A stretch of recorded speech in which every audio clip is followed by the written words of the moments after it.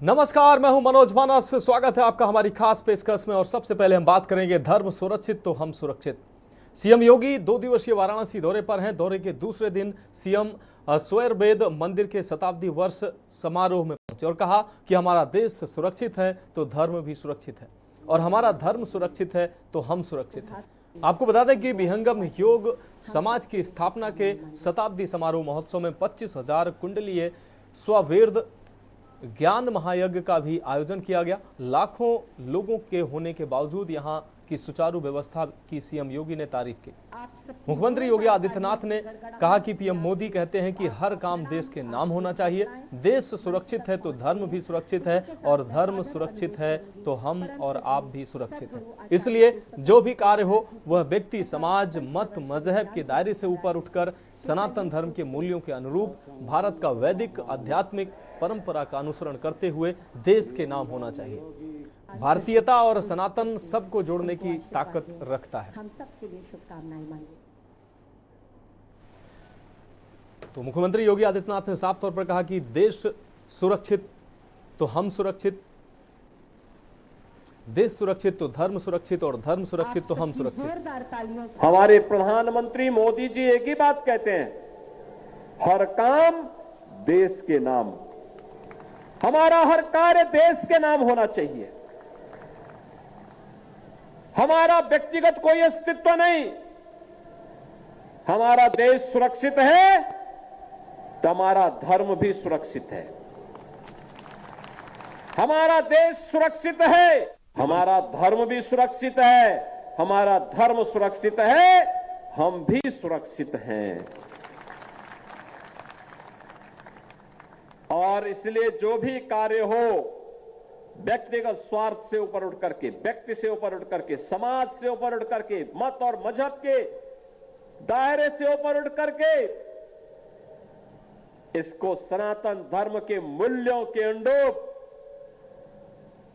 भारत की वैदिक परंपरा का अनुसरण और आध्यात्मिक परंपरा का अनुसरण करते हुए हर कार्य देश के नाम। और यही तो कार्य सदगुरु सदाफल देव जी महाराज ने 1857 के प्रथम स्वतंत्र समर के दौरान भी किया था। दान करके, उड़ा करके उनको आशीर्वाद। जानकारी के लिए हमारे संवाददाता संदीप मिश्रा हमारे साथ जुड़ गए हैं। संदीप, आज मुख्यमंत्री कार्यक्रम में वाराणसी पहुंचे 2 दिवसीय दौरे पर। इस दौरान स्ववेद कार्यक्रम में मुख्यमंत्री पहुंचे। इस दौरान उन्होंने कहा कि देश सुरक्षित तो धर्म सुरक्षित, और धर्म सुरक्षित तो हम सब सुरक्षित हैं। इसलिए कोई भी काम देश के नाम ही करना चाहिए। संदीप, देखिए मनोज, आज जिस तरीके से उत्तर प्रदेश के मुख्यमंत्री योगी आदित्यनाथ का आज जो है वाराणसी दौरा था, और वहां पे सर्वेदा महामंदिर के शताब्दी महोत्सव में शामिल होने के लिए मुख्यमंत्री योगी आदित्यनाथ पहुंचे थे, जहां पर उन्होंने कहा कि अगर हमारा देश सुरक्षित है तो हमारा धर्म भी सुरक्षित है, और अगर हमारा धर्म सुरक्षित है तो कहीं ना कहीं हम भी सुरक्षित हैं। तो ये एक बड़ा संकेत देते हुए उत्तर प्रदेश के मुख्यमंत्री योगी आदित्यनाथ ने इस बात को व्यक्तित्व को कहा है। इसके साथ साथ ये भी कहा है कि हमारा कोई व्यक्तिगत अस्तित्व नहीं है। अगर हमारा देश सुरक्षित है तो हमारा धर्म भी सुरक्षित होगा, और हमारा धर्म सुरक्षित होगा तो हम लोग सब सुरक्षित रहेंगे। और ये देश की गुलामी की बेड़ियों से जकड़ा हुआ था पहले, तो उस जकड़े हुए देश को अब हम लोगों ने कहीं ना कहीं उसको हटाने का काम किया है। तो साफ तौर पे उत्तर प्रदेश के मुख्यमंत्री योगी आदित्यनाथ गुलामी की बेड़ियों की बात कहते हुए नजर आए हैं, और वहाँ से मुक्ति पाने की बात कही है। साफ तौर पे जिस तरीके से बनारस में एक शताब्दी समारोह उत्सव का कार्यक्रम था, उस कार्यक्रम में कई संत थे, कई वहाँ पे लोग थे, वहाँ पे काफी भीड़ थी। इस तरीके का बयान जो है मुख्यमंत्री योगी आदित्यनाथ देते हुए आए हैं। इसके साथ ही साथ उन्होंने वहाँ पर जो है 25,000 कुंडलीय सर्वेद ज्ञान महायज्ञ के लिए आयोजित कार्यक्रम में सम्मिलित होने का भी सौभाग्य उन्हें मिला है। जी निश्चित रूप से संदीप, इस तमाम जानकारी के लिए आपका बहुत शुक्रिया। तो मुख्यमंत्री वाराणसी के 2 दिवसीय दौरे पर हैं। इस दौरान स्ववेद कार्यक्रम में मुख्यमंत्री ने प्रतिभाग किया, और इस दौरान उन्होंने एक स्पष्ट और साफ संदेश देते हुए कहा कि कोई भी काम हमें करना चाहिए तो देश के नाम करना चाहिए, क्योंकि हमारा देश अगर सुरक्षित है तो धर्म सुरक्षित है, और धर्म सुरक्षित है तो हम सभी सुरक्षित हैं। और अब हम बात करेंगे सपा कांग्रेस पर हमला। आपको बता दें कि बहुजन समाज पार्टी की सुप्रीमो मायावती ने कहा कि कांग्रेस और समाजवादी पार्टी सिर्फ अपने राजनीतिक हित के लिए संसद में संभल के मुद्दे को दबा रही हैं। मीडिया कर्मियों से बातचीत में मायावती ने कहा कि इससे भी ज्यादा दुख की बात तो यह है कि जिन लोगों की बदौलत दलित समुदाय के सांसद संसद में पहुंचे हैं, वही लोग अपने पार्टी प्रमुखों को खुश करने के लिए दलित समुदाय पर हो रहे अत्याचार पर चुप नजर आ रहे हैं। तो मायावती ने साफ तौर पर कांग्रेस और समाजवादी पार्टी पर हमला बोलते हुए उन्होंने कहा कि ये दोनों पार्टियां संभल के जो मामले को दबा रही हैं, संभल हिंसा को ये दोनों पार्टियां अपने राजनीतिक फायदे के लिए दबा रही हैं। संसद में विपक्ष देश व यहाँ के जनहित के मुद्दे न उठाकर अपने राजनीतिक स्वार्थ में संभल में हुई हिंसा की आड़ में खासकर सपा व कांग्रेस पार्टी यहाँ मुस्लिम वोट को रिझाने में लगी है। बाकी मुद्दों से उनका कोई लेना देना नहीं है। इतना ही नहीं बल्कि ये पार्टियाँ मुस्लिम समाज को भी अर्थात तुर्क व नॉन तुर्क को भी वहाँ आपस में लड़ा रही हैं संभल में, जिससे मुस्लिम समाज को भी सतर्क रहना है।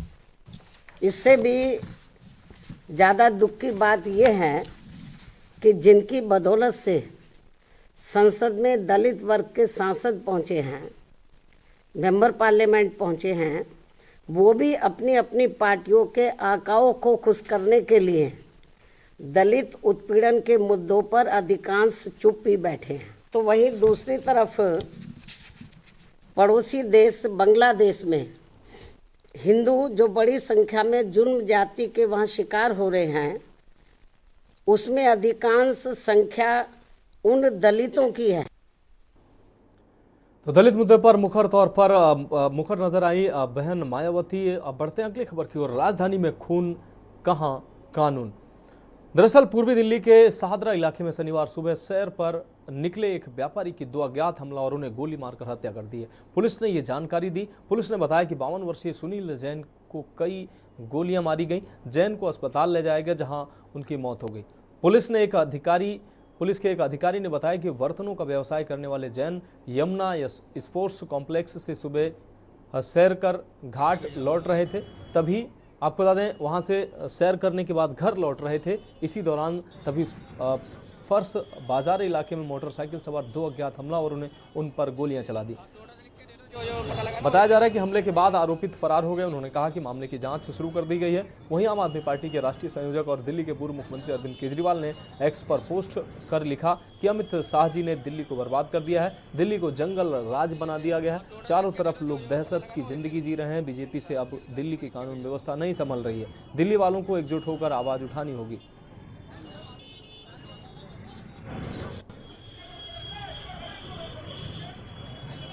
दिल्ली में एक व्यापारी की हत्या, उससे बहुत ज्यादा अब पीड़ित हैं और दहशत में हैं दिल्ली के लोग। दिल्ली की कानून व्यवस्था बहुत बुरी तरह से बिगड़ चुकी है। आप सोच सकते हो, आज सुबह विश्वास नगर से के रहने वाले एक सुनील नाम के एक व्यापारी, बर्तन के व्यापारी, मॉर्निंग वॉक पे गए। जब वो घर वापस लौट रहे थे तो सड़क के बीचों बीच उनको 8 गोलियां मार के 2 मोटरसाइकिल सवारों ने गोली मार के वहीं उनका मर्डर कर दिया। इतनी हिम्मत लोगों की कैसे हो गई कि भरी सड़क के अंदर वो गोली मार के भाग गए? इतने बेखौफ कैसे हो गए अपराधी दिल्ली के अंदर? थोड़ी देर के बाद खबर आई कि गोविंदपुरी के अंदर किसी ने किसी को चाकू मार दिया, और वहीं उसी स्पॉट पे गोविंदपुरी में अभी 1 हफ्ता पहले एक पुलिस कांस्टेबल की चाकू मार के हत्या की गई थी। आज दिल्ली में व्यापारियों को खुलेआम फिरौती आ रही है। उनको आता है कि इतने करोड़ रुपए पहुंचा दो, नहीं तो तुम्हारे घर के फलाने को मार देंगे, और वो स्पेसिफिक डिटेल बताते हैं फोन पे, तुम्हारा बेटा इस टाइम यहाँ पे है, तुम्हारी बेटी यहाँ पे है, अगर नहीं दोगे तो इतने। तो व्यापारी बुरी तरह से खौफ में है।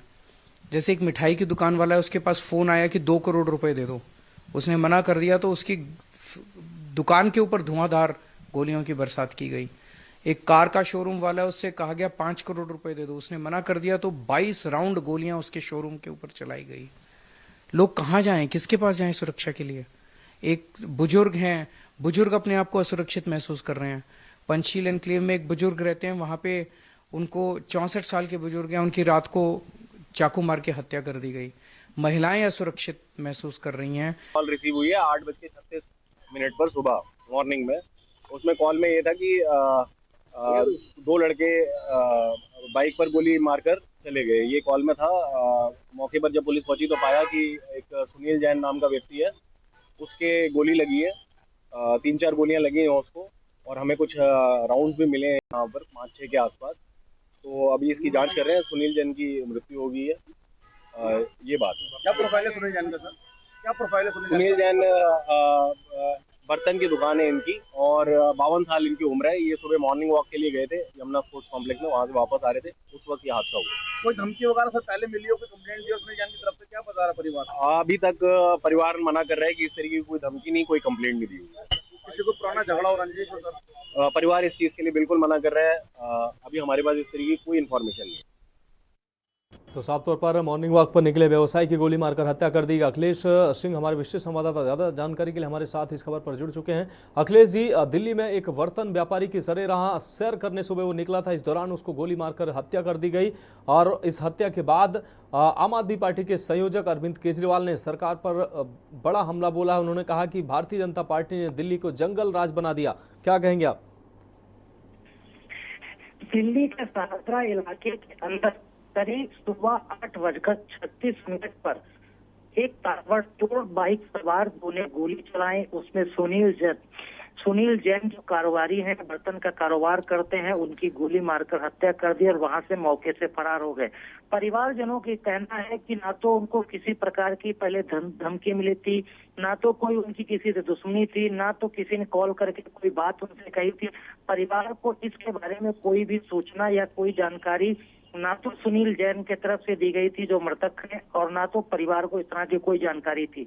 बताया परिवार वालों को कहना है कि जब वो सुबह मॉर्निंग वॉक पर अक्सर जाया करते थे और आज भी वो यमुना स्पोर्ट्स कॉम्प्लेक्स में सुबह जब गए थे और वहां से वापस लौट रहे थे, उस दौरान करीब 8:36 पर दो बाइक सवार युवकों ने पहले उनको रोका।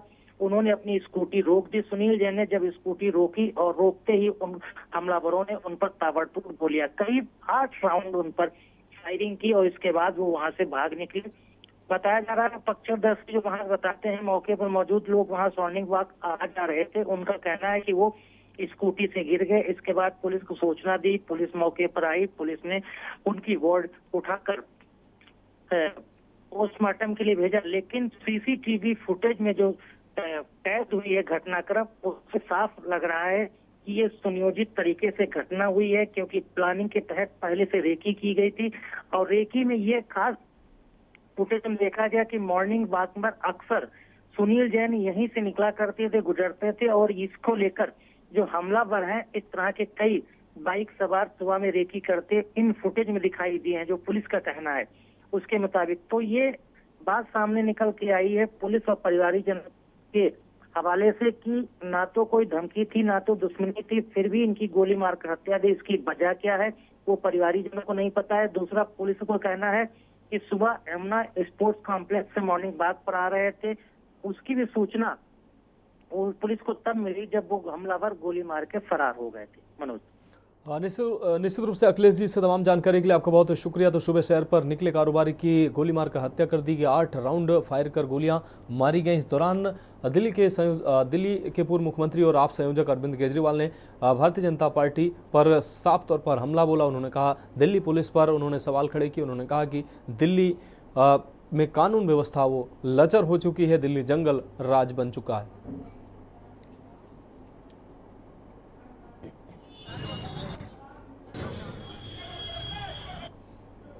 और हमारी खास पेशकश में वक्त एक ब्रेक का है और ब्रेक के बाद हम बात करेंगे बड़ा उस्ताद निकला धोखेबाज। आप देख रहे हैं के न्यूज, खबरों का साथ। ब्रेक के बाद हमारी खास पेशकश में एक बार फिर से आपका स्वागत है। हम बात कर रहे हैं बड़ा उस्ताद निकला धोखेबाज। गाजियाबाद में जिस शख्स ने 30 साल पहले अगवा होने का दावा किया था वो धोखेबाज निकला और गाजियाबाद पुलिस के हत्थे चढ़ गया। ये खास रिपोर्ट देखिए। लोगों को भीम सिंह की कहानी याद होगी, जिसका अपहरण होने के 31 साल बाद अपने परिवार के साथ मिलने की खबर हाल ही में सुर्खियों में थी। अब ये पता चला है कि भीम सिंह होने का दावा करने वाला शख्स वास्तव में एक धोखेबाज है। गाजियाबाद पुलिस ने उस शख्स को गिरफ्तार कर लिया है जिसने कथित तौर पर एक परिवार को ये भरोसा दिलाकर धोखा दिया था कि वो 1993 में अगवा किया गया उनका खोया हुआ बेटा है।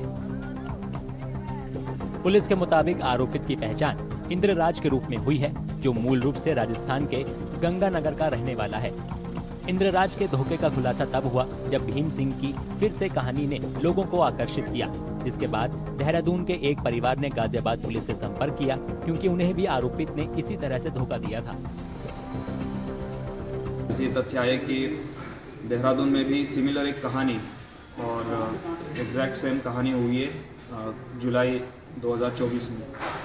तो इसका संज्ञान लेते हुए जब पुलिस ने टीमों का गठन करके वहाँ जाके वेरीफाई किया तो वहाँ पे भी सेम स्टोरी और सेम लड़का पाया गया। तो इसके बारे में जो संदिग्धता बनी हुई थी उसके लिए जांच करने के लिए पुलिस लगी हुई थी। जब इसको पूछताछ के लिए बुलाया गया, जो अपने को भीम और राजू बता रहा था, सख्ती से पूछताछ करने के बाद इसने अपना असली नाम इंद्रराज पुत्र चुन्नीराम और ये राजस्थान में श्रीगंगानगर डिस्ट्रिक्ट का रहने वाला बताया। पुलिस का दावा है कि इंद्रराज इस तरह का अपराध कई बार कर चुका है, जिसने सालों तक परिवारों को बताया कि वो उनका लापता परिजन है और इस तरह उसने धोखे को अंजाम दिया। उसने उनका भरोसा हासिल करने और उनके दुख का फायदा उठाकर कीमती सामान चुराने के लिए शातिर तरीके से काम किया। अब तक जितनी हमारी जांच हुई है उसमें 5 जगह पे ये फर्जी बेटा बन के रह चुका है। कभी ये फर्जी भाई बन के, कभी ये दूर का रिश्तेदार बन के, कभी फर्जी बेटा बन के परिवारों के साथ रहता था। जो इमोशनल हो जाते हैं लोग, इसका फ़ायदा उठा के ये किसी के भी घर में एंटर करके उनके साथ रह लेते। 38 साल के इंद्रराज ने 30 नवंबर को गाजियाबाद में एक परिवार से संपर्क साधा और उन्हें अगवा होने की दर्दनाक कहानी सुनाई। हालांकि आरोपी के इरादे का पर्दाफाश हुआ जब गाजियाबाद पुलिस ने उनके बयानों में हेरफेर पाया और शुक्रवार को पुलिस ने उसे गिरफ्तार कर लिया।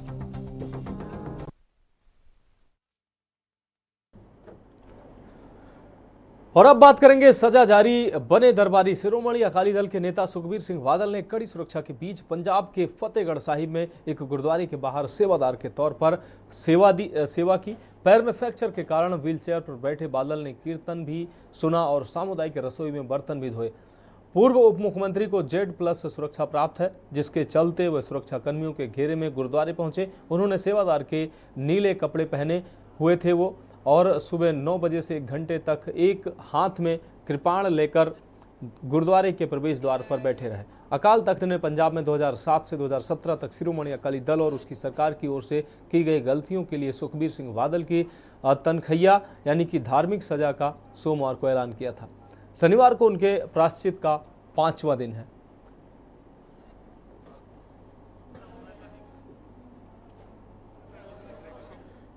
तो सुखबीर सिंह बादल की सजा लगातार जारी है।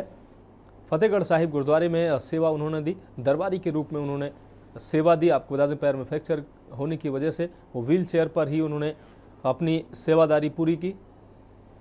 Z+ सुरक्षा प्राप्त है पूर्व उप मुख्यमंत्री सुखबीर सिंह बादल की।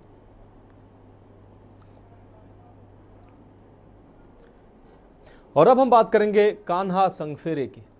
दरअसल उत्तराखंड के हल्द्वानी में रहने वाली भावना रावल की भगवान कृष्ण के लिए भक्ति अनूठी है। लड्डू गोपाल यानी भगवान कृष्ण के बाल रूप से उनका जुड़ाव बचपन से ही है। उनका ये जुड़ाव बचपन से ही देखने को मिल रहा है। उन्होंने अपनी भक्ति को नई ऊंचाइयों पर पहुंचा दिया है। भावना ने भगवान कृष्ण से विवाह कर उनकी सेवा में अपना जीवन समर्पित करने का फैसला लिया है। भावना के भाइयों ने उत्तर प्रदेश के वृंदावन से खास तौर पर लाई गई भगवान कृष्ण की प्रतिमा के साथ पहुंची बारात का स्वागत कुमाऊनी परंपरा के मुताबिक किया। बाद में हल्द्वानी के पंचेश्वर मंदिर में पारंपरिक रीति रिवाजों के साथ विवाह हुआ। विवाह समारोह के बाद खास भोज का आयोजन किया गया, जिसमें बड़ी संख्या में लोग शामिल हुए।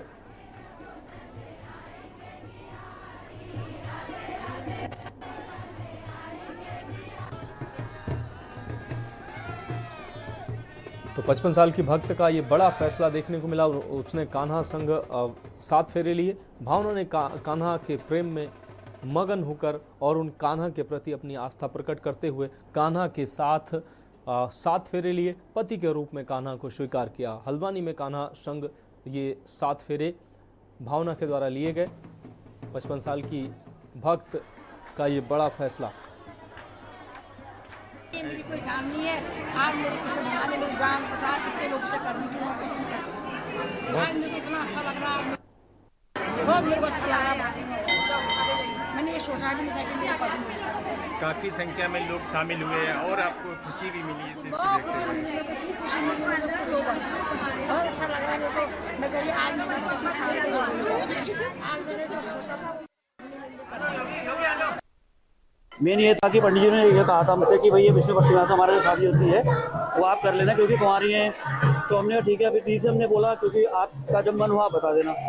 तो उन्होंने ठीक है मैं आज कर लूँ, कि पहले मना करती रही ऐसा कुछ नहीं है, लेकिन जब आचार्य लोगों ने भी बोला कि आपको करना पड़ेगा, आगे के लिए बहुत दिक्कत होती है, तो बाद में फिर इन्होंने कहा अगर जब मुझे शादी करनी है तो मैं कान्हा जी से क्यों ना करूँ।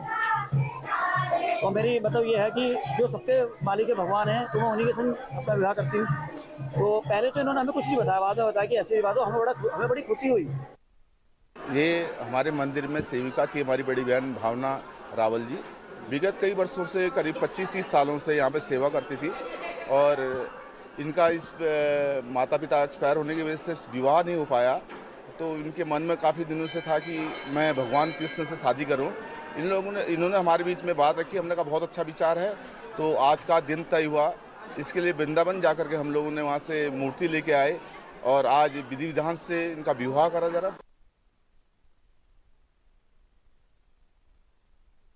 तो फिलहाल हमारी खास पेशकश में अभी के लिए इतना ही। मुझे दीजिए इजाजत और आप देखते रहिए के न्यूज इंडिया। आप देख रहे हैं के न्यूज, खबरों का सारथी।